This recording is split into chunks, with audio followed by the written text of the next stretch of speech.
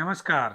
कैलाश चंद्र फिर से आप लोगों के सामने मोटिवेशनल स्पीक में। आज जो हम बात करेंगे, जो सबको पता है, बहुत कॉमन बात है, हेल्थ इज वेल्थ। सब आपने सुना है, हेल्थ इज वेल्थ, बचपन से सुनते आ रहे थे, स्वास्थ्य ही धन है। अब इस बात का पता कब चला स्वास्थ्य ही धन है? जब अभी कुछ दिन पहले कोरोना का काल निकला है, उसमें पता चला स्वास्थ्य ही धन है।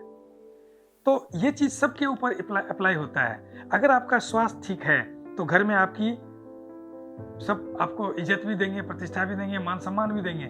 नहीं है तो कुछ दिन आपकी मदद करेंगे, लेकिन वो कहीं ना कहीं कहेगा कि भैया कितना दिन करें। तो इसीलिए आपका एज जो भी हो, बच्चा, बूढ़ा, जवान, जो भी हो, अपने हेल्थ के ऊपर में पूरा ध्यान रखिए। जनरली क्या होता है, हम इस भाग दौड़ की जिंदगी में सबके बारे में सोचते हैं और अपने बारे में, सेल्फ के बारे में, खास करके इस शरीर के बारे में नहीं सोचते हैं। तो अगर बहुत आगे तक जाना है और परिवार को डिस्टर्ब नहीं करना है, किसी को तकलीफ नहीं देना है, अपने आप को विषम परिस्थिति में नहीं डालना है, तो अपने स्वास्थ्य के बारे में ध्यान दीजिए। क्योंकि स्वास्थ्य जो धन है, इससे बड़ा कोई धन नहीं है। जैसा कि आप जानते हैं, एक आदमी अगर बीमार होता है तो उसकी पूरी फैमिली बीमार हो जाती है। अगर एक आदमी स्वस्थ रहता है या सारे लोग स्वस्थ रहते हैं तो फैमिली बड़ी आसान, बहुत बढ़िया तरीके से निकलती है। तो हम अपने फैमिली का सोचें, हम अपने समाज का भी सोचें, अपने देश का भी सोचें। आपको पता है, एक आदमी के बीमार होने से देश पे कितना बड़ा बोझ पड़ता है? बहुत बड़ा बोझ पड़ता है। जैसे हॉस्पिटलों में जाकर के देखिए, भीड़ लगी हुई है। सरकारी हॉस्पिटल की बात मैं कर रहा हूँ, प्राइवेट में तो रहता ही है, सरकारी की वहाँ पे क्या है कि मुफ्त में इलाज होता है। लेकिन वो मुफ्त में जो इलाज होता है, बर्डन किस पे पड़ता है? सरकार पे ही पड़ता है, समाज पे ही पड़ता है। हमारे और आपके पैसे से ही, टैक्स से ही वो इलाज होता है। अगर हम छोटा छोटा चीज करें, जैसे थोड़ा सा एक्सरसाइज करें, नियमित टाइम पे भोजन करें, नियमित अपने दिनचर्या को बनाएं, तो हम स्वस्थ रहेंगे। और अगर हम स्वस्थ रहेंगे तो बहुत सारा पैसा हमारे परिवार का बचेगा, और वो जो पैसा बचेगा परिवार के किसी और काम में लगेगा, और हमारा परिवार तो अच्छा होगा ही होगा।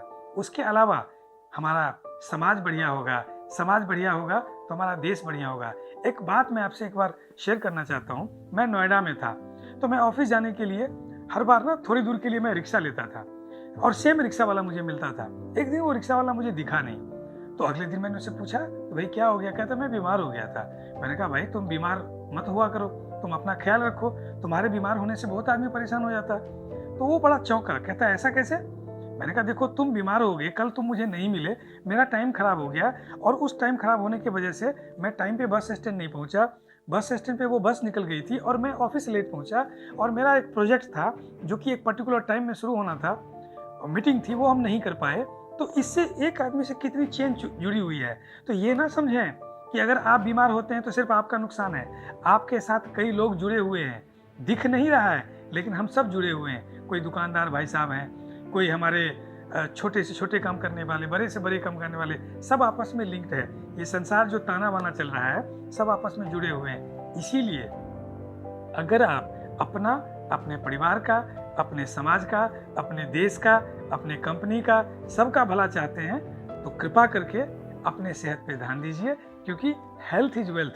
अगर आपने हेल्थ बचा लिया तो बहुत बड़ा वेल्थ बना लिया। इसीलिए इस मंत्र को याद रखिए और आज से ही शुरू हो जाइए, कमाल कर दीजिए। Thank you.